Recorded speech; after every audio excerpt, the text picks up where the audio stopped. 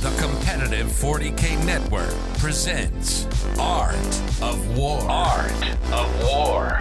Strategy and tactics. Discussions with the best players on the planet. Now your host, Nick Nanavati. Hey everyone, welcome back to another episode of the Art of War podcast. I'm your host, Nick Nanavati, and we are joined once more by my newest friend and family member, Quinton Johnson. Hello, I'm excited to be back. It's always so fun to be on here because I was such a long-time listener, and now I get to talk to everyone. That's awesome, Quinn. We love having you on. You're getting rave reviews. You got pink hair. You have fun facts. Do you have a fun fact for me today? No, I don't. I'm sorry. It's okay. Those are live exclusives. Those are exclusive lives. You can check those out on our YouTube channel. But you know what you can check out here right now on this podcast? What? The balanced Dataslate. The balanced Dataslate. You just dropped right on us like a bomb. I know.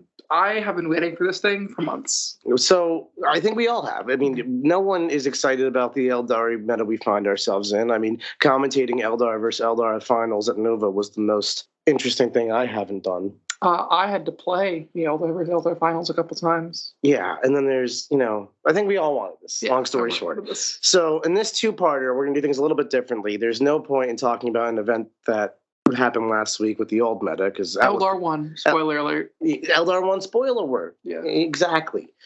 And out with the old and with the new. The very new. This is not your grandmother's balanced Dataslate.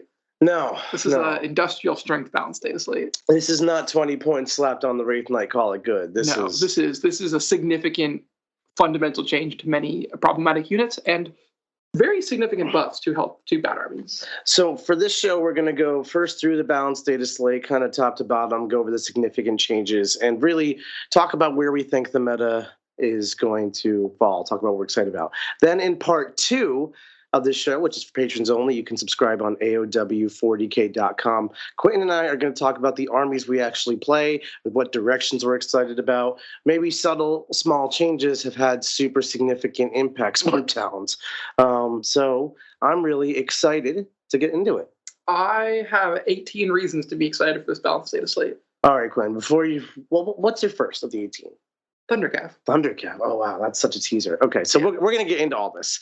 But first, let's start with the core rules changes, since we have some of those. Devastating wounds. How did those change? So it used to be that they were mortals, where if you rolled a 6, it converted the damaged characteristic of your weapon to mortals. So say if you had a damaged weapon, it would go to 3 mortals. Now, instead of that, it's not mortals anymore. You're just not allowed to take an armor and vulnerable save against that attack. So where this is functionally different is basically it doesn't spill over. Mm-hmm. It's still save. You don't attack. You don't get saves against. But a damage 3 mortal wound shot doesn't kill 3 models that are 1 wounds now. It just kills 1 model really good. Also, really importantly, if you have damage 3 weapons and shooting a damage 2 squad, now it takes 1 per guy instead of 2 per 3. Yeah. Right. And then it also has a more subtle change, which I think is pretty significant. Mm-hmm. Armies like Custodes are pretty popular. They have a 4+ Fiendly Pain against mortal wounds. Devastating wounds are no longer mortal wounds. Yep. They are devastating wounds. Yep, so they're its own thing. And that's actually quite a significant decrease to Custodes' durability, because previously there wasn't an axis to attack them on. Now devastating wounds is a very effective point of attack. Definitely. So that's a pretty big change. That in and of itself is like a kick to Wraith Knight. It's not nearly enough, but it is a start. Basically what it means is the Wraith Knight before had these guns that were anti-everything. I could, game 1, shoot, flip a Land Raider on its head. Game 2, shoot, flip 20 Neophytes, no problem. It would equally do both with perfect efficiency. And furthermore to that point, you don't just pick up 20 Necron Warriors with 10 Possessed or a Forge Fiend anymore. 20 Warriors, like Necron Warriors is so hard very to kill. durable. Yeah. It is. It's one thing we've been talking around here a lot at the house is every army that we think is going to be good has to have some answer to Necron Warriors, whether that's a strategy to go around them and leave them like an anchor unit or to just kill them. Yeah. Okay. So let's keep going. We got stratagems changing. Okay. So basically, they changed this in a really subtle, annoying way, but it is what it be. You can't use an ability on your data sheet to use a stratagem more than once. unless it's a battle tactic stratagem. Or it specifically specifies one stratagem. Right. So like abilities that say you can use the grenade strat twice, like the biologist putrefier, you can still do that. Yeah, okay. So, but like a generic Chaos Lord, you can't use the same strat twice unless it's a battle tactic. And then you have to go through your codex and figure out which ones are battle tactics and whatnot. Interestingly enough, they also changed Overwatch to not be a battle tactic. Yes.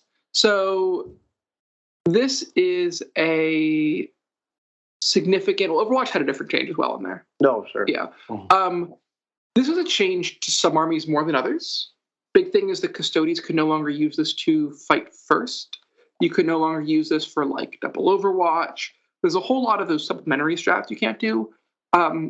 But a lot of stratagems that were good that people were using a lot are battle tactics. Like GSC, for example, they're two good offensive stratagems. You can still use those. But you can't use one with the shadows anymore. That's you can't shoot me outside of 12. Right. Kind of going hand in hand with this, they also changed the way that vect abilities work, where you increase the cost of stratagems to also say you can only vect battle tactics. Yeah, so it's a kind of double whammy. They made the effects that double down on the usage of stratagems worse in some places. And like some armies didn't even notice. It's very interesting how they changed that. And then they made vect worse because it'll only matter against the factions that still get to spam their strats. Yeah. So the two relevant ones that are core stratagems that are battle tactics are command reroll and go to ground. Vect and command reroll is quite good. Yeah. That is a strat almost everyone uses at least once or twice a game. Unless you're Richard Siegler. That's fair. He plans for everything. He does. So Overwatch and Insane Bravery are two strats that got some changes. Overwatch, you can only use Overwatch at visible units, so no more indirect Overwatch, but Jesus. Yeah. And then you can also you can't target a Titanic unit with the strat, so no Wraith Knights. No Wraith Knights, and none of I think it was the Sustained Hits 1 Crusader or Castigator, both really awesome targets for Overwatch. Oh, great. So these two changes, the Overwatch change and the Devastating Wound change, are actually, in my opinion, enough to probably move the Wraith Knight out of the super broken sphere, because previously what it was, it had an anti-everything gun. It no longer has that. It just has a very effective anti-tank gun, but it's only good into tanks. Yeah. You shoot it, you kill like 3 or 4 neophytes, you move on with your life.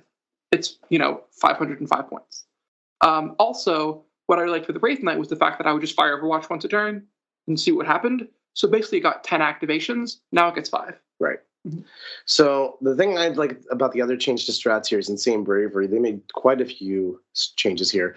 So it still auto passes your battle shock, but you have to use it preemptively. You can't see you failed it and, I don't want to fail this one. You have to call it before, which is great because it actually makes that decision point meaningful.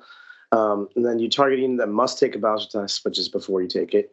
And then you can't use the strat more than once per game. So I'm seeing more with like the Tyranny Codex and stuff. Like Battle Shock is a feature of armies. So that happened when 10th edition dropped. Was Battle Shock was just a hilariously useless mechanic, right? Because it was like most armies never failed, and if you did, lol 1 CP. And ironically, Battle Shock is a fairly decent approach to stopping the Necron Warrior spam from starting. There's a lot of armies that are starting to creep up there that have like OC 2 or 3 units that are very durable, that have like a ton of bodies, and Battle Shock's a great way around that. Yeah, you got to deal with them just standing on the primary. So I'm very excited about this change in Insane Bravery. I think that is very meaningful and exciting for the game. Yep. And we got to change to the way ruins work. We got this one up, this is pretty big as well. Basically, Towering no longer works the way it does. Towering just gives you 9th edition ruins. So Towering no longer lets you ignore the obscuring parts of ruins, but if you tap into any part of the ruin, you can now see through all of it. So why is that significant? This is really where I think the Wraith Knight just gets kicked out of lists. And a lot of knight armies are probably going to struggle and go more towards that little model thing. So they can't shoot across the table. Yep. I know a lot of people, there's an endless thousands of debates in every Discord and Reddit server about what's Towering good or bad. Here's the reality. Towering on bad terrain allows a knight to just scoop you out of your deployment zone, and you're super sad about it. And there's no counterplay. There's no way around it. If they go first, they get to shoot you. Right. And you can argue like the terrain should solve it. Sure, whatever. Not everybody has great terrain, so this just solves it, It also means that the GW format layout, which is actually very, very dense terrain, but is really reliant on obscuring ruins. This makes it much less effective to play a Knight player or something like a Wraith Knight on there. I'm super excited about this. I think this is a wonderful change. This is fantastic. Honestly, in my opinion, this is the second best change in the entire balanced data slate. What was the first one? Just getting rid of the Wraith Knight? No, we're going to get to it. We're going to get to it. So we've got Adeptus, Custodes, and all. Well, we have all the faction rules next. So a lot of factions got some changes to the rules, better, worse. Some got significant, some got whatever. Yeah. Custodes got a few big ones though. So Custodes, by and large, the big change is that their Unwavering Sentinels, which is the fights first ability, is no longer a battle tactic. So you can no longer double up on it, and you can no longer make it free. Right. So that's awesome. I mean, fights first like invalidates close combat armies against Custodes, and being able to spam it out is just silliness. So the other big change is the squad size for all of their guys went from 4 to 10 to 4 to 5. So no longer will you have these big bricks of guys that you can stack really effective captains and buffs on, but instead you have to rely on much smaller unit sizes. And I think that's great because Games Workshop's not always done the best job of trying to manage the fact that a 1 CP strat on 3 Custodes Guard is not the same effectiveness as a 10-man unit. And they don't have scaling points, like 10 just costs linearly more than the 3-man. So I think this is a great cap to those scaling issues. Yep. I like this change quite a bit. I think one of the big issues with Custodes was the fact that also you could have one guy trailing back to an objective and then 9 were fighting forward, but getting the rerolls for being on an objective, stuff like that. Yeah. It's also easier to just do stuff to 5-mans and make them a 2-man really quickly, and then it's not as insanely powerful. A 5-man is much more ignorable. Yeah. The amount of stuff that can tie up a 5-man is much higher than the amount of stuff that can tie up a 10-man. And then similarly, they made the bike status sheet just 2 or 3 Virtus Braiders. Yeah, I don't know if this one had to happen. I mean, I understand why. To kind of keep in the thematic line. The bikes were bad, though, so... I don't know the bikes are bad. I think bikes might have been the next best thing if they nerfed the infantry. I think 18 bikes shoving and moving into your opponent's turn was always super underexplored. It was, yeah. So we've got a couple other factions that got changes. AdMech have some data sheet changes to their Rangers and their Vanguard. Both have their armor save characteristic changed to 4-up, and they get a 5-up invul. This is an amazing change because the AdMech infantry was laughably bad. Is this really enough? Isn't it still laughable? I don't think it's enough. I think it is a great change. It's an awesome step in the right direction. But another big issue with AdMech is that their detachment is probably the worst in the game right now. And I would have liked to see significant changes to that. Yeah. Or just something new entirely. We'll see when we get to the points, but I think AdMech were probably the biggest loser of this balanced data slate. I don't know if we got anywhere near enough stuff. Yeah, definitely not enough attention. No. Sorry for the AdMech fans here. And here we get to Eldari, and you might expect this to be pages and pages long, but it's actually only 1 bullet point. Fret not, though, all of their points, which we'll also cover in this episode, have gotten some looking at. So between the generic rule books updates like Towering and things like that, and Wraith Knights, Dev Wounds, then Eldar also got this nerf, Phantasm, so you can only target infantry. Which is quite big. It means stuff like Kane, the Avatar Kane, can no longer just book it at your opponent.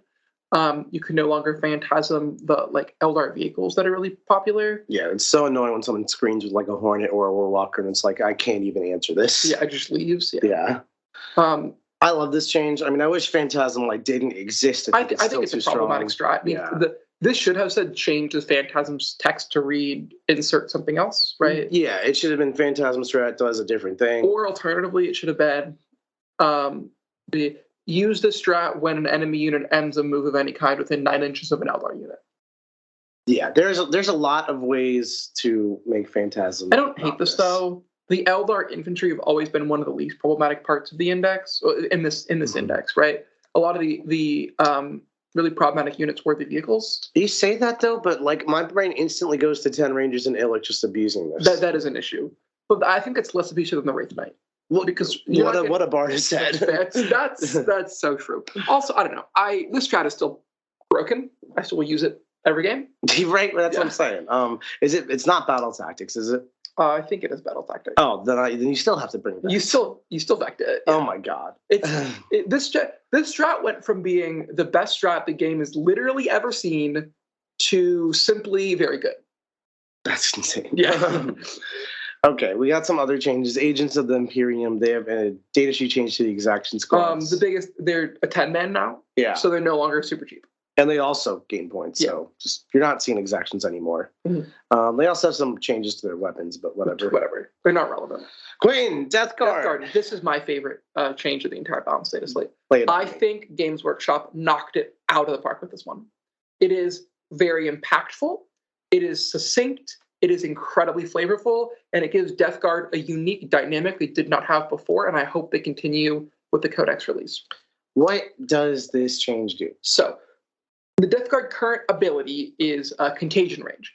If you're within Contagion Range, you are -1 toughness, which in today's day and age is useless because everything Death Guard weapons did not go up in strength a lot, and everyone's toughness went up a lot. So there's just such a range of strengths now. Like it's unlikely that your weapon happens to wind up at the point that changing their toughness even matters. it's like basically what that rule is. Once a blue moon, you get +1 to wound against some targets if you're right next to them. But whatever. In addition to this is an entirely new additional rule. Death Guard get to pick at the declare battle formation step, so you get to change it game to game. If you pick this rule when you put your characters in units, either everything within Contagion range gets -1 save, or everything within Contagion range gets -1 weapon skill, ballistic skill, or everything within Contagion range gets -1 leadership and OC. These are all very impactful rules, and I could legitimately see myself taking any of them. I think -1 save is the best one. The really cool thing about this is it's -1 to the characteristic of the save. It's not +1 AP. So say someone has a Terminator in cover. They get a 3-up save if you shoot them with AP 0 because they get bumped to a 3-up save and then can no longer take that cover bonus. Oh, that's awesome. Yeah, I love that. It's a way to get around Armor of Contempt. John and I played a practice game, and I had a Rhino punch a Norn emissary to death because he rolled a 2 on a save. The Rhino was Contagion range, so he had a 3-up armor save. He failed the save, and the Rhino killed it. That's awesome. Yeah. So, I mean, what do you think is going to be? Is this like a build-defining thing where Yes. you're going to always pick like a shooty version, or are you So- actually going to switch between game to game? I think basically always you're going to take the -1 save. I think if you are playing an army like Demons or Harlequins that don't really have saves, you're going to go ahead and pick the -1 weapon skill, ballistic skill. Mm-hmm. Because Death Guard can stack a lot of -1 to hit. So like Shalaxi comes in and hits me on 4s, Yeah. which is significant. Oh, Shalaxi. Shalaxi. And then I think Necrons, you might take the -1 OC. In You leadership. might, yeah. Yeah. The other big thing about this is that Death Guard are a faction that really crippled their damage is the fact that there was not like a stat higher than AP2 in the entire book.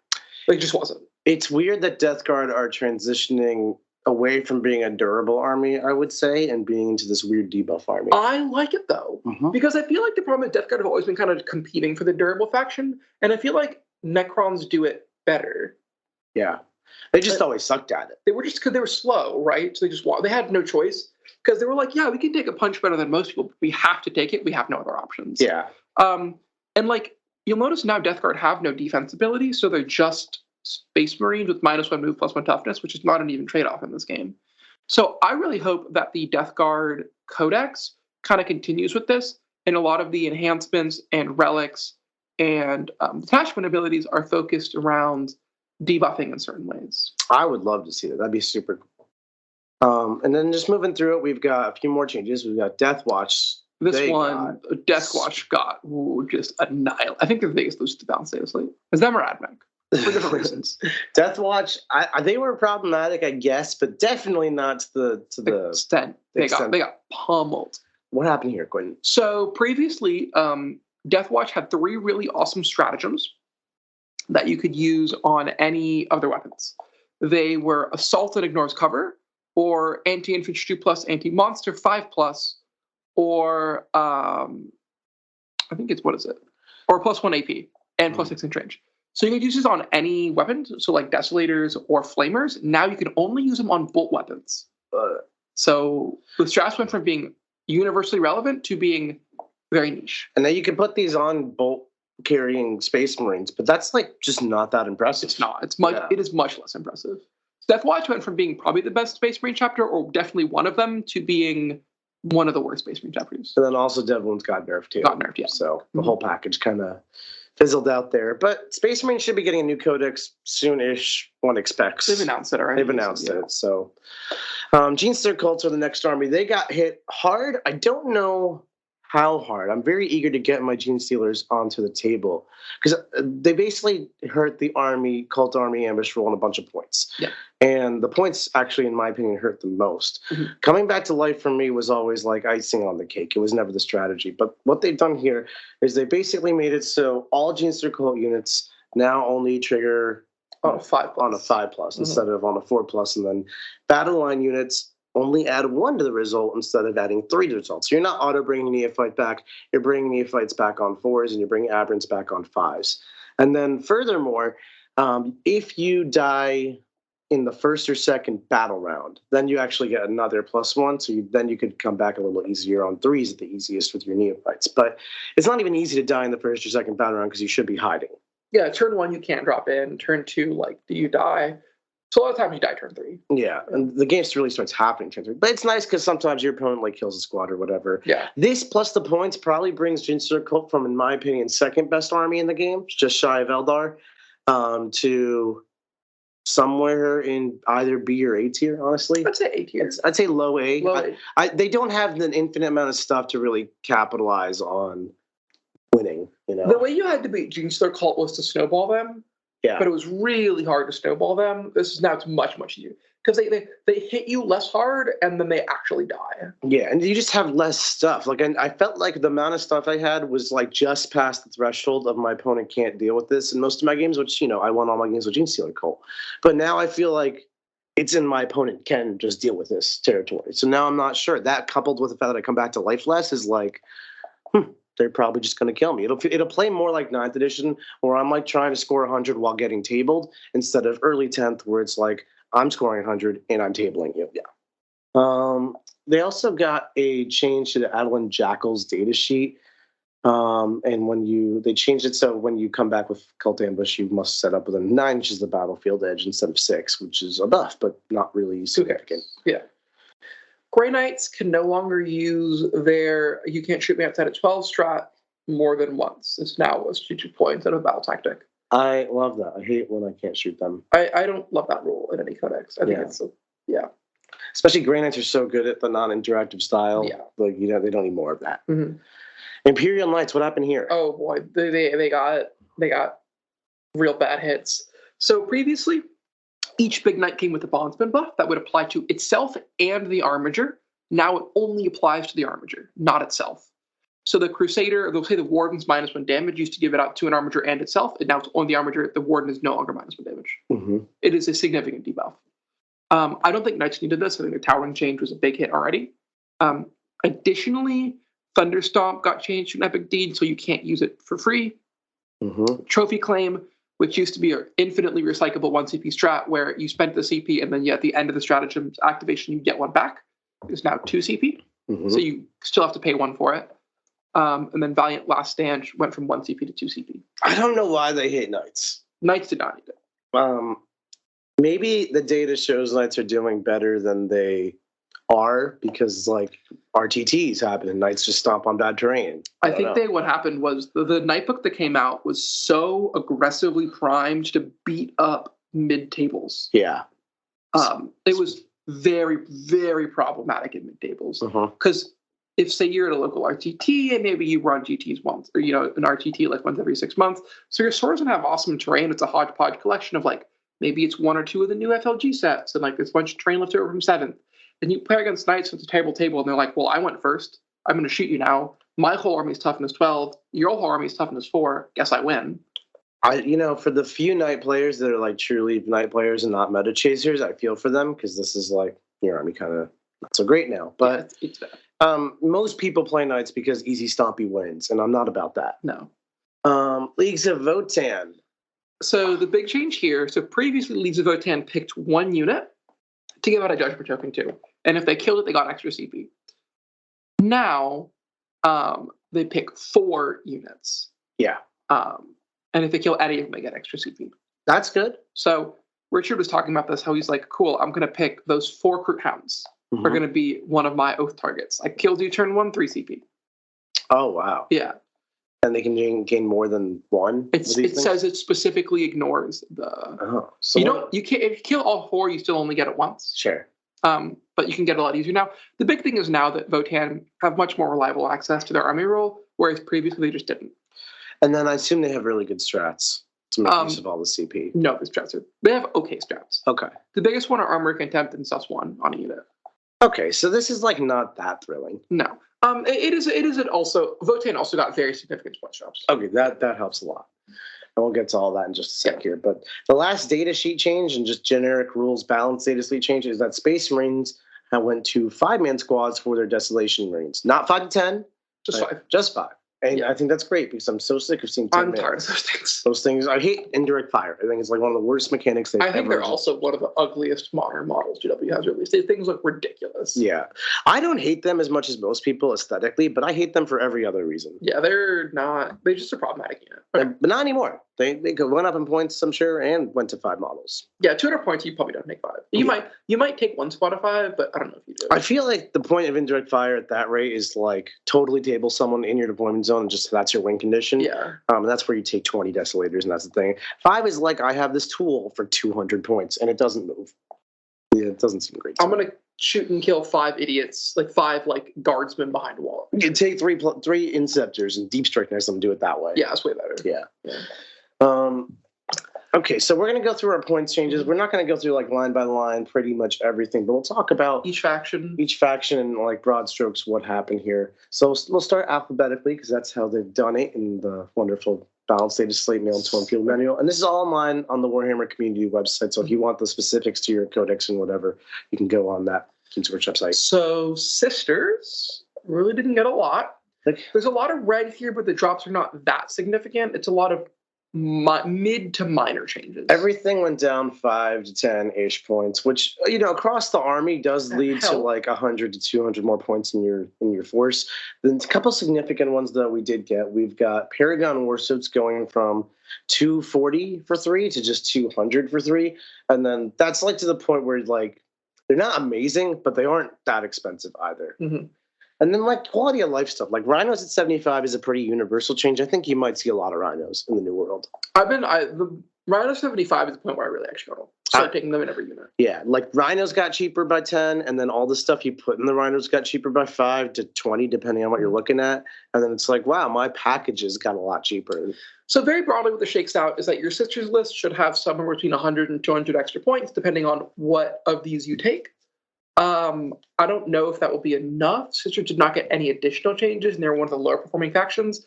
They didn't fix their damage problem. No, I think that is really their problem. They don't have like anything great for playing mission or just they're an MSU, multiple small unit style of effective efficiency units, and units aren't efficient. They're not that efficient is the problem. They used to be super efficient, but times have changed. Mm-hmm. So we'll see. Time will tell. I think this is definitely the right direction for Sisters, but I don't think this was enough. No, I don't think it was either. Custodes got a ton of changes. Custodes got actually pretty hard. Big one is, I believe, Alaris and Guard both went up 5 points in model. Wardens went up. In addition, and then a bunch of the trash went down. And then a lot of the Forge Roll stuff went down quite a bit. Venatari went from being like laughably bad to being like an interesting choice. Yeah, Venatari became interesting. Guard went from max squad of 10 to max squad 5 and 250 for the 5, so that's significantly worse. Yeah, Custodian Guard took one of the biggest hits of any individual unit. Yeah. Yeah, pretty much your Custodian's army got worse and more expensive across the board. Yeah, so you're limited to 5 vans, and you lost somewhere between 100 and 150 points. Yeah, and if you try to do the MSU route, your 2-man Alaris went up to 140, so that's just going to cost more. Your exaction squads and stuff cost more. Custodian's got a lot of death by 1,000 cuts here. Yep. Admech. Now, I don't know what anything used to cost. This is honestly a disappointing change here. The Rangers and the Vanguard both got very substantial decreases, but the problem was they went from being like so utterly trash garbage to bad, right? But is that with the armor save buff too and the evil save? So Squad of Rangers was 125 points for 10 guardsmen with bolters.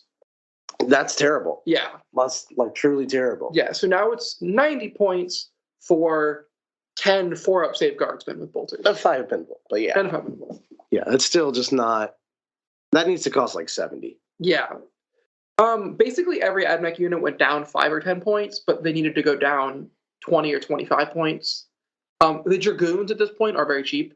Dragoons got significantly cheaper. Right? Dragoons are to the point where you can take 9 of them and just stat check your opponent because they're like 7 wounds each with -1 hit. Yeah, 180 for 3, and you could take 9. Is 540 for 9 cheap-ish vehicles is very good. Yeah. That's a spammable profile. So you could make your army around like what other things could I take in with that? You can use allies. Yeah. So what you could do is you could take 18 chickens. 18 chickens. So you have 9 las cannons and 9 dragoons. So how much are the Iron Striders? Those are the chickens. It's 150 for 3. So it's 450. Wow. So it's sub 1,000 points and you get 18 vehicles. That is crazy. Yeah. That is legit. They're all like 7 wounds at D7. It's also like $1,000 to do that. But you know, yeah. There are people who do that. By and large, AdMech, not enough changes. I think this was a huge step in the right direction, but it was not. It's not going to take AdMech from like D tier terrible to like A tier. No. But I think AdMech have a codex coming really soon. I think you have a build here, though. This is like 18 Dragoons and 1,000 points is an army. It is, yeah. Oh, interesting. No changes to Titans. Eldar, Quinton, what happened to these? Okay, so very broadly speaking, a lot of the problematic units went up 15 to 20 points. The overarching goal is that your Eldar list will now have like 200 to 250 less points in it. That's not bad. Which is not bad. That plus the Wraith Knight changes. Yeah. So the Wraith Knight went up to 505 and is 510. Now 510, sorry. It is now a unit that I would take if I really wanted to run a Wraith Knight. I thought it was cool and it wouldn't be bad. And I would totally take it to like an RTT, but I would never take it to a GT. It is a 510-point anti-tank platform that doesn't do anything else. Yeah, the Wraith Knight, I think, is gone, thankfully, and that should do a lot to just reduce the feels pads against playing Eldar. But they also took a lot of other hits. Yep. The Incarn notably went up to 350. Incarn went up 80 points. Yeah. She went up from 270, which is criminally undercosted, to 350, which is honestly probably fair. Yeah, I'm pretty happy with the Incarn at 350. I mean, if you just take the Incarn up to 80, Warwalkers went up to 110 from 100. Warp Spiders went up to 115 from 100. Like, it lists featured 3 Warwalkers, 3 Warp Spiders often. And that alone is like 75 points plus 70 on the Incarn or 80 on the Incarn. That's 150 right there. Yeah, there's a lot of red here. Almost all of them are bad. Fire Prisms went up another 30. Another 30? I like they're that. They're at 180 now. Yeah, okay. Fire Prisms started at 125. I know. Can you believe that? Yeah, Warwalkers started, I think they were in like the 90s. Decans were like 55. Yeah. So, yeah, Decans. I mean, Decans are now 125. Yeah. Warwalkers are 110 from where they started, like 70. One of the things that I think is egregious, though, the Night Spinner did not get it as hard as I wanted. What's the Night Spinner at? 180. What was it? 170. Oh, that's a slap on the wrist. Yeah. Is it really that amazing though? Because I feel like it's the whole package. Changed. The Devlin's changed too. Yeah. So by and large, basically every problematic Eldar unit went up a ton of points. There are things you will still just take. You're sure going to take an Autarch Wayleaper. You're still probably going to take. You probably almost everyone will probably start to feature the Avatar Arcane. Avatar's 335. Yeah, he was like 300. Yeah, that's not that. I think a lot of the B tier units are going to start to become more impactful. I think almost everyone's going to take Rangers and Illic now. Mm-hmm. Stuff like the Solitaire, Striking Scorpions, Wind Rider jet bikes, I think are all going to become a lot more. The units in your army. Yes. Yeah, you will see a lot less Eldar tank spam. How good do you think Eldar has ended up from this? I think they went from being the undisputed master of the game and one of the best armies the game has ever seen to being a very solid S tier, A tier army that has probably things that are better with legit counterplay, and you can totally build the fight Eldar. Yeah, I think Eldar, we all know where they were, but yeah. I think now they have fallen, believe it or not, to like debatably A tier, S tier. I would say about as good, maybe slightly better than they were in 9th edition. Yes, that's a good. Yeah. They are no longer an auto win. You will, if you take Eldar, you have to actually like play the game. Yeah, you have to be, and it's also like we always talked about how like a great player with Eldar is just like untouchable in the current edition or previous. Now I feel like you'll have to be a great player to unlock what this codex can do. Yes, because you're going to have a lot more reliance on the fast movement tricks. It's all of the hammers got hit. The one exception here, Wraithguard, only went up 30 points to 340, and they're infantry, so you can phantasm them. That's true. Yeah, so Wraithguard, I think, are going to go back and do a lot of lists as the brick. But also, Devlin's got worse on Wraith Guard. It did. Yeah. I don't know. I think the Devlin's changed, coupled with all these points changes, coupled with Wraith Knight going away and Phantasm. Eldar did get hit. They did get a significant nerf. It is a lot. We'll see if it was enough, but it was a not insubstantial nerf. Plus, a lot of the bad factions got better. We had their Forge World points too. I feel like a Lynx at 180 is still a little cheap for my taste, and the 5 Shadow Spectres at 95 is still way too good. Agreed.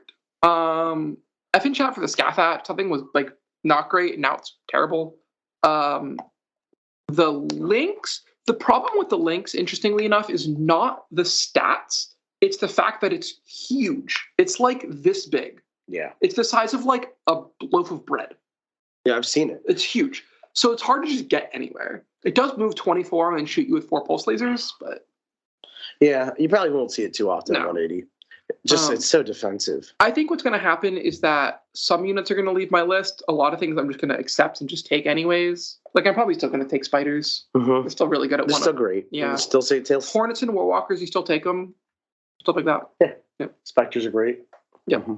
So Eldar are still great, but not what they used to be. No, if you're an Eldar player, don't be sad. This is a much more fair codex. It's still very strong. If this codex released when the game happened in this current state, I think everyone would just be like, Eldar is good. Yeah. It was really good. Eldar, so I feel like Eldar are now about where like CSM was. Yeah, right? I think CSM got better. Probably, yeah. Yeah. I think Eldar and CSM are like in competition with like Tyranids and a couple other armies for like who is top dog right now.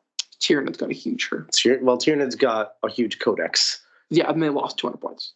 Well, maybe that's okay. Yeah, I don't know. I have no context on Tyranid. That's a good point. Yeah.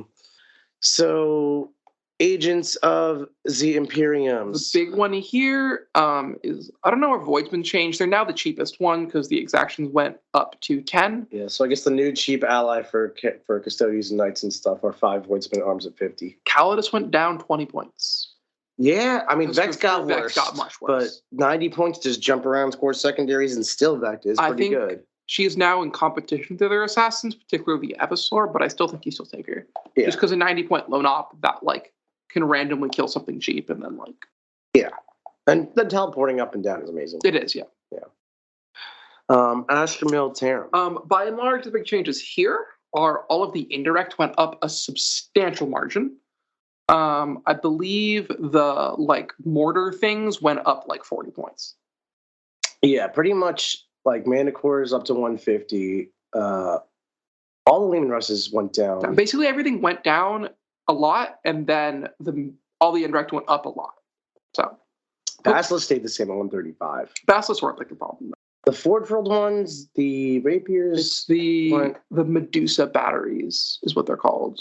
Yeah, I'm just looking at the changes. Rapiers, I know were in Skark's list from Poland, and they seem to have changed. I don't know if they used to cost, but I think they went down, honestly. Yeah. It's the Medusa carriage battery, I think is what it's called. Oh, there it is. Earthshaker carriage. Yeah, battery. I think it was 80 points. 80 now up to 120. That's huge. Yeah. Mm-hmm. So that's a huge nerf to Guard's indirect game, but then your Lehman Russes went down, Battle Tanks 180, Kazakhin are 100, Demolishers 200, Eradicators 160, Executioners 180. So basically, it changes across the board, which I think is fair. I hated the Guard indirect style of list. Yeah. I think that was kind of cancerous. I'm glad that's going away. I think if Guard want to take like 2 Basilisks and be like, I can shell your 5 Intercessors over 3 turns, it's fine. A couple other significant changes is like Rogel Dorn up to 260. Down to 60. Yeah.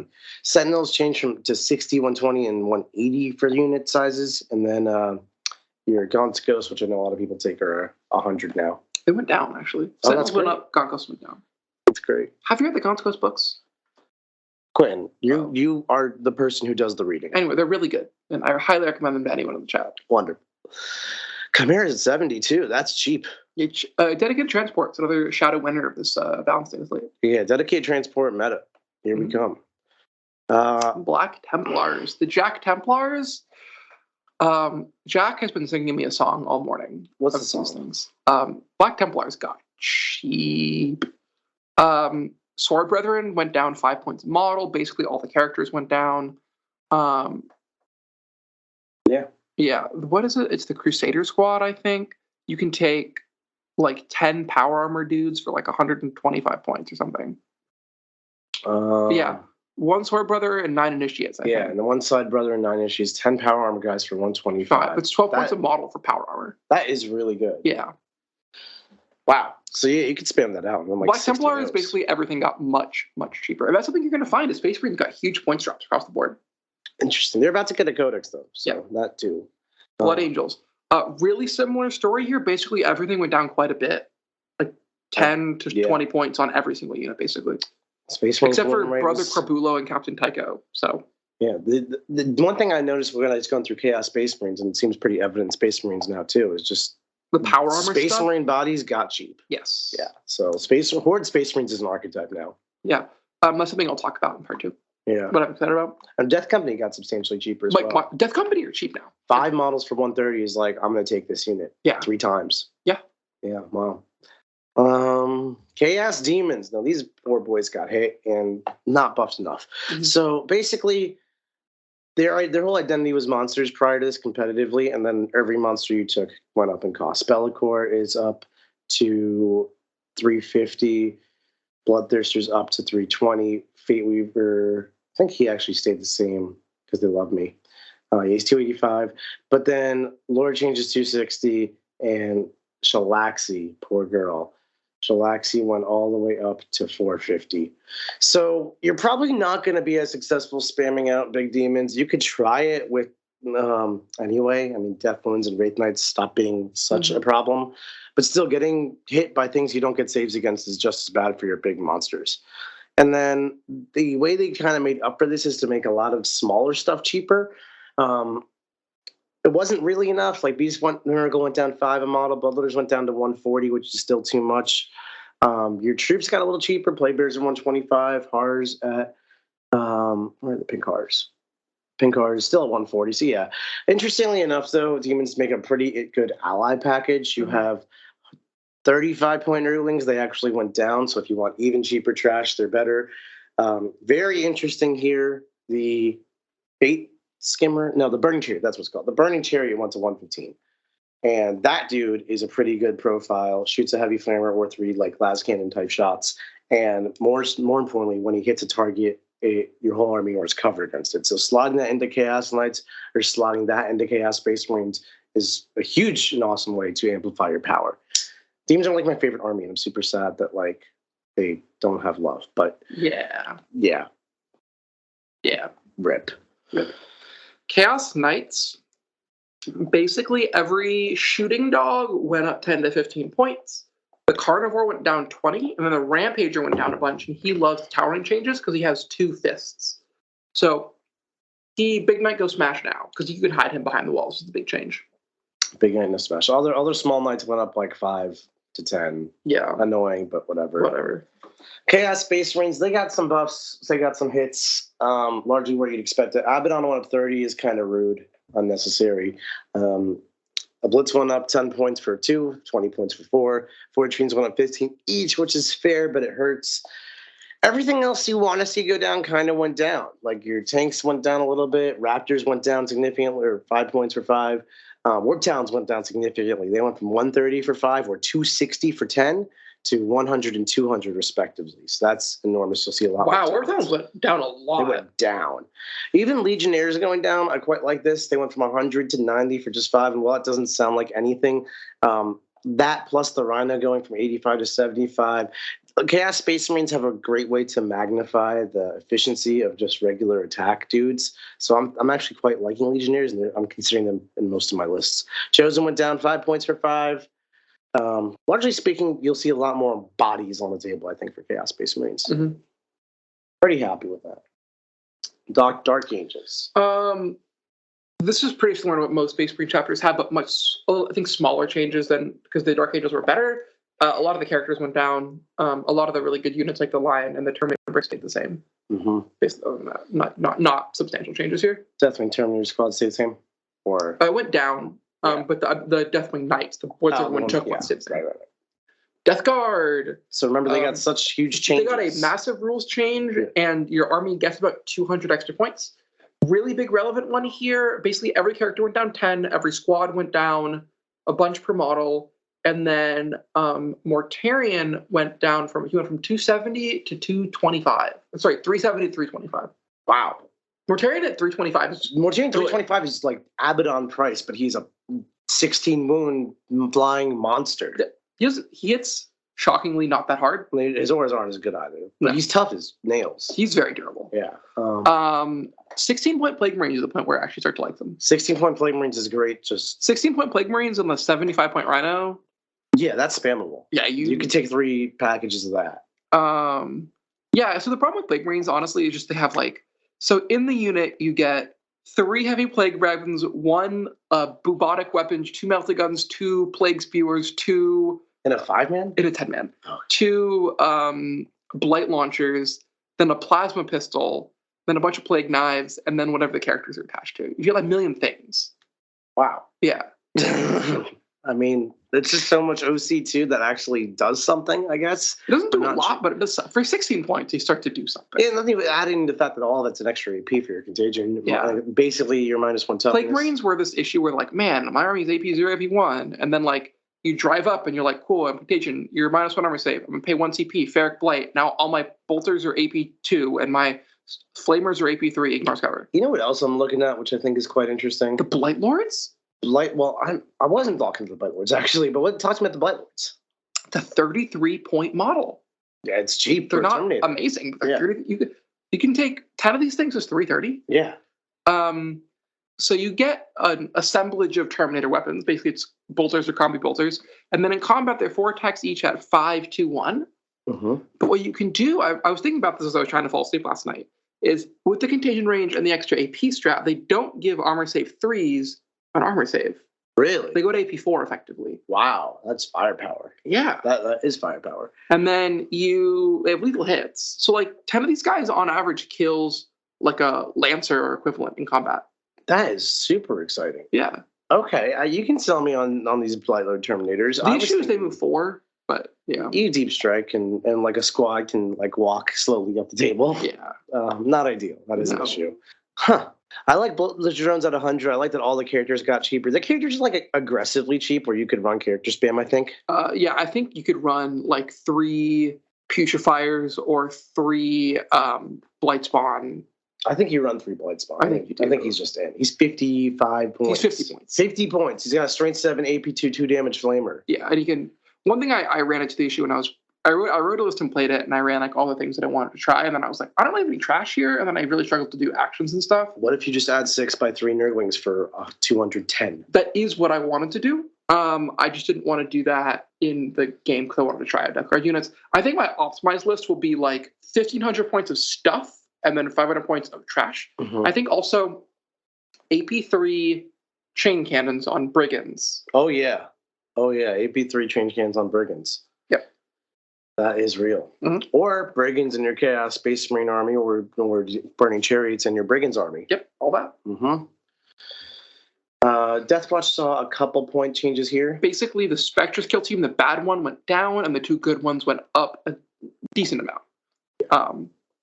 The Proteus kill team went up 30, and the veterans went up 20, in addition to massive rules changes. Your frag cannons can no longer get +1 AP, can no longer get anti-infantry. Deathwatch got hammered. They watched the Deathwatch, and now they're dead. Yep. Jagari got not enough love. No. Yeah. Ravagers went up, and everything else went down a little bit. It's not. Lilith is quite good at 85, I would say. I think you'd take Lilith solo at this point. Yeah. Here's a missile that runs into something. Sun Warriors at 110 is fine. Scourges going to 110 is better. It's the right direction, but my army, I feel still doesn't do anything. Your list gained 25 or 30 points. Yeah. Because you still take 3 Ravagers, right? And they went up 25. So all the other they went up. Yeah, they went up 20, and then all of the other changes just kind of help balance that out. So you don't actually end up gaining anything. I like that Ravagers went up because they would have been the most efficient Eldar unit you could take, but I hate that they've gone up for Jukari. Yep. I completely agree. Honestly, the way I would have solved that would just jack the price of your Vrain way up. Yeah. Right. Make her 40 points more expensive as a tax. Pay to take Inari. Yeah. Gene Stealer cults here, they got hit fairly hard in very targeted places, which is exactly what they needed. And they got a couple points drops in some nice places too. Aberrants, we've got 10 Aberrants going from 330 to 370. 40 points on them kind of sucks. Ridge Runners went up 10 each, so that's another 20 points in most lists.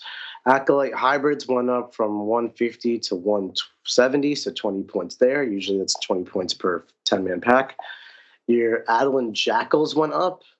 This I thought was rude and unnecessary. They were already kind of bad, but now they're not in it. Biofad just went up 10. Clamvis went up 10. Unnecessary in the Clamvis, just rude. Neophytes, the big offender, they went up 20 as well. And of course, your army is literally made of Neophytes and Acolytes. Nexus went up 10. Primus went up 20. So basically, your entire army went up net 20 per unit, and you had like, I don't know, what unit plus character times 6 would be like 12 units. So your army went up like 240 points. Reductus Saboteur went up 10. Fear Strains went up. Life sucks for the GSC. Now, GSC, in my opinion, were the second best army in the game, shy of only Eldar. And honestly, if you played very well, they could hang with Eldar. But They had a positive win in Eldar. I believe it. I believe it. So, and by that sense, they should get nerfed pretty hard. I'm not against it. Was this hard enough? Was this too hard? I'm really curious. I think Eldar got hit less hard than GSC. I don't know. The rate's not getting plenty. I think Eldar got hit harder. I just feel like GSC had one thing that it tried to do, and everything I tried to do got hit. Yeah. But we'll see. Time will tell. I think GSC has gone from like S tier to, I personally think, like A tier, bottom of A tier. Mm-hmm. But we'll see. The more the balance state has kind of like settled with me, the more I'm starting to think that Eldar did actually get a substantial nerf. Really? Yeah. That's good. I first read this and I was like, wow, Eldar is still the best army in the game. It's no question. And I'm like, I don't know, right? I really hope you're right on that. I really hope they are not the best army in the game, frankly. Someone else needs to turn. Grey Knights looks like they have a lot of drops. Grey Knights, Jack's WC list went up 200 points. Wow. Yeah. Went up? He now is playing with 220. So it went down. It went down. Sorry, it went down 200 points. Yeah. He gained 200 points. That's crazy. It was already great. Paladins went down 60 is the big one. Terminators went down like 30. Strike Marines went down. Basically everything went down a lot. Mm-hmm. All the characters went down. So huge changes. Basically your Grey Knight list, you can now fit in 2 extra strike squads. Like take what your list was, add 2 strike squads. That's your new list. Yeah. Imperial Knights, your big knights went up a little bit, and the little knights went up a little bit. Well, it's really Canis Rex went up, and then the 2 little knights went up. Yeah, other than that, really no changes. Yeah. Nothing too exciting. The big changes for knights is the rules changes. Votan had a similar treatment to Death Guard, where just everything in the army just got huge points drops. Votan also gained 200 to 250 points in the list. Wow. But yeah. I don't know. Votan's probably the army I know least in 40K right now, but this seems significant. A lot of their stuff was just terrible garbage. So the problem is, like, they're getting a huge buff, but like I said, they're going from terrible garbage to like just or okay. They're not going from okay to good. Right. Hearthguard going down is hopeful. 30 Hearthguard is some thousands now, which is crazy. Do you think Leagues of Votan got more improved than Death Guard? I don't think so. I think Death Guard is the most improved army in the game. Because they went from being like unplayably terrible to like solidly mid-tier okay. I think Death Guard might actually be good. Yeah. They still move forward. Which is an issue. Necrons, Illuminor Xeris went down a ton. And then a couple of the bad things went down. Silent King went down like 70. Lich Guard went way up. Crypto Thralls went up 10 points a model. Warriors went down in points. So your list just pivots from being, Doomsday Arcs got. They went up 30 points a model. Okay, so I mean, Doomsday Arcs going up means you might not see those. That if the damage dealing parts of Necrons went up and things like Warriors went down, then basically Necrons pivot away from any semblance of damage to now you take 40 Warriors. Yeah, and that list is much better than it was, and the overall damage of the game is down because Desolators, Eldar, a lot of their natural predators are no longer a thing. Did the Warriors go down? Yep, Necron Warriors. Okay, they went from 240 to 220 for 20. Oh, wow. Yeah. So, you're just spamming Warriors. You spam more. You take like 40 or 60 Warriors. Yeah. Plus, the character support's pretty much the same. Yep.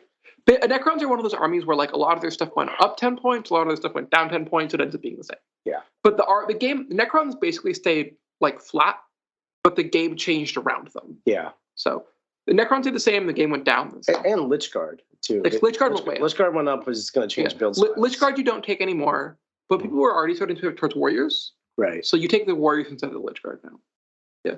Orcs, The orcs are very simple. There's a lot of changes here. None of them are super impactful. It's a whole lot of like the truck went up 5 points. The unit inside the truck went down 5 points. The army stays the same. Yeah. Orcs are already an army that was like actually quite okay. I think orcs are top end of the spectrum. Oh, very much so. Especially like they were an army that was like, I hope I don't go second for Zeldar and just die. Yeah. Now you have much less problem with that. Yep. So orcs went from being like pretty good to like very solidly competing for like they can win majors and stuff. Yeah, I would take orcs to a major if I was an orc player. I'd be happy about it. Yeah, oh yeah. Yeah. Not even a question. Orcs are good. Space Marines got a Space ton Marines. of drops. Basically all of the bad units went down. A couple of the good units went up or stayed the same. Like stuff like Stern Guard. Desolators got nailed. Yeah, got nailed. As someone who's been diving Marines recently, big changes here. The aggressors went down. Aggressors went down. People are already taking those. The dreadnoughts went down a lot. They all went down like 20 points. The ballistas went from above 200 to 175. Sorry, not the ballistas. No, the Brutalis. Brutalis. Yeah. I don't even know what that one The ballistas is now 150. It's the punchy one. The ballistas at 150 is kind of it's crazy. good. Yeah. The Redemptor at 210, I think, is also quite good. Yeah. It's a ballistas that shoots slightly less hard, but fights and is -1 damage. There's going to be a lot of Marines in the world. There are. Heavy intercessors, 21 points a model. For toughness 6/3 wounds. Yep. Space Marine. Yep. Armor contempt. Yep. They're +1 save naturally What? against damage weapons. That's their ability. What? Yeah, they are thick for like no cost. That is nuts. The Land Raider Redeemer went down 35 points. That thing was insane. Yeah, I went from 195 to 160. Sorry, 295 to 260. Wow. Marines got some love. Marines got some love. And now with no Eldar natural. Well, I say no Eldar, but Eldar not just being the apex predator. Yeah, Eldar are good. They're just not impressive. Yeah. No, Marines are very good right now. Space Wolves. Here's one I'm very excited about. Space Wolves got, similar to all the other melee chapters, just massive points drops across the board, except for Wolf Scouts, which went up. Lol. The big changes here. Logan Grimnar went down 45 points. Mm-hmm. He was 145. Now he's 100. Thunderwolves. How many points per model do you think a Thunderwolf is? 40. 30. 30. They're 30 points a model. 30 points. For T6, 4 up invuln, 3 up save, armor contempt, all that jazz. And then in combat, there's 7 attacks at AP2 damage, 2+1 to wound. Florial's dead. What? Yep. What? Yeah. I am legitimately writing Space Wolf list with 18 Thundercav. I wrote one this morning with 24. That is insanity. I'm so happy for Space Wolves. Yeah. That is crazy. Space Wolves got like good. Thundercav have not been that good since 5th edition. Yeah. 30 points a model is the point where you just take like a bunch of them. That's crazy. Mm-hmm. Literally, they play Space Wolves like they're orcs. Yeah. Oh my God, you're running them. Yeah. Okay. Tau Empire. Pretty sweeping changes across the board. A lot of the really bad stuff went down. Really, the big one here is crisis suits went down a lot. So did all the commanders. Commanders each went down like 20. Shadow Sun went down 40. All of the crisis suits went down 20 points for the unit. Mm-hmm. 18 crisis suits with attached characters is less than 1,400 points. So your most tell lists are going to look like that plus 600 points of trash. Yep. That's crazy. It's going to be 18. They fire so much shots. It is almost 200 shots at 822 ignores cover. What? With sustain 2 and full rolls to hit. That's only on turn 3 and beyond. Yeah, for one unit turn 2, but yeah. Yeah. Yeah. It's a lot. Okay, Tau. Wow. Yeah. Oh my God. Do they have any strats to show up closer than 9 inches? No. Okay. So still Tau. Yeah.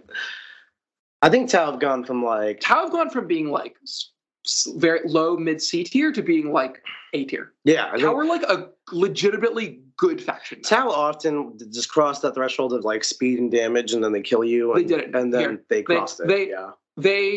They went from being like sometimes not enough damage to they do enough damage now. Yeah. On turn 3, there's not an army in the game that can tank a Tau shooting phase and not get almost completely tabled.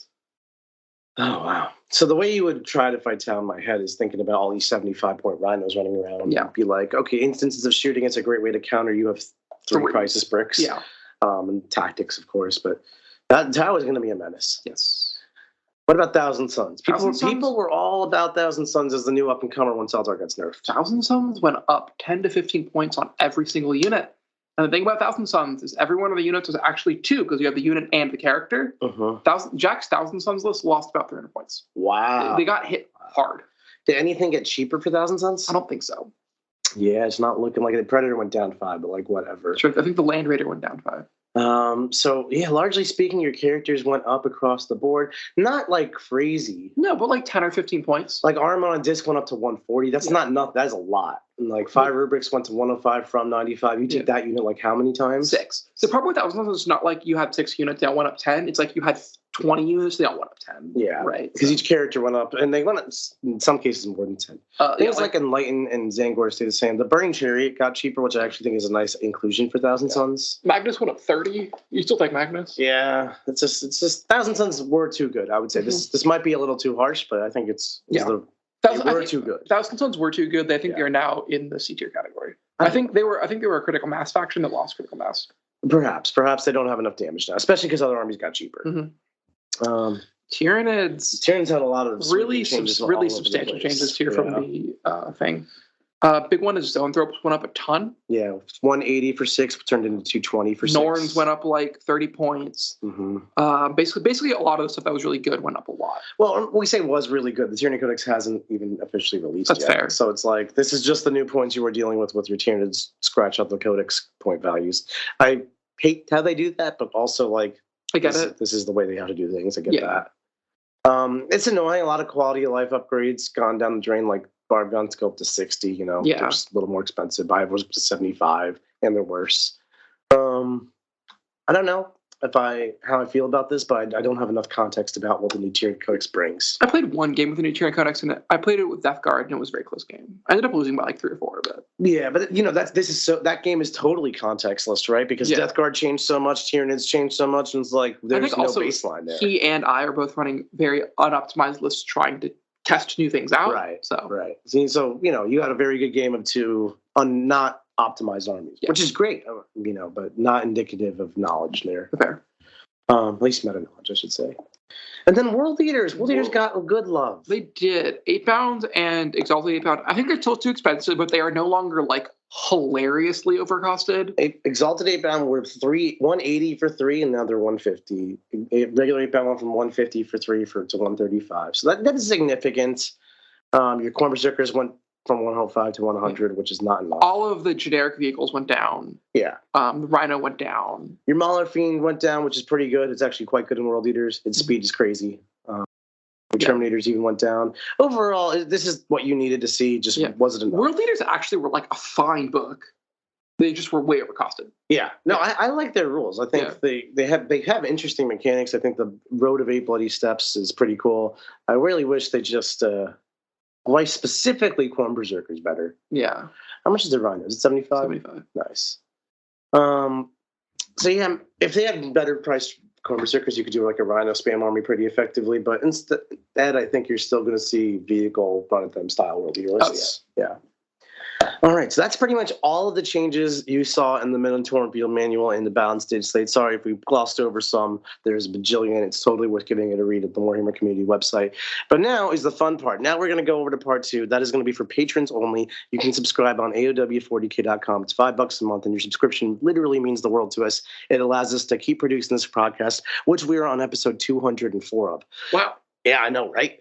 And in that episode, this part 2, Quinton and I are going to talk about what we're actually excited about. We're going to build lists. We're going to talk about ideas, and we're going to help each other refine and think about the meta in a much more practical sense rather than listing it off all as these are the blanket changes. Now that we have the context, let's start applying it. If you want to join us for that conversation, again, check it out on AOW40k.com. If not, listeners, thank you so much for listening, and we will see you next week as well. Bye-bye. Like what you just listened to? Check out Art of War Down Under and Art of War Unbroken on the competitive 40K network. The Art of War 40K.com.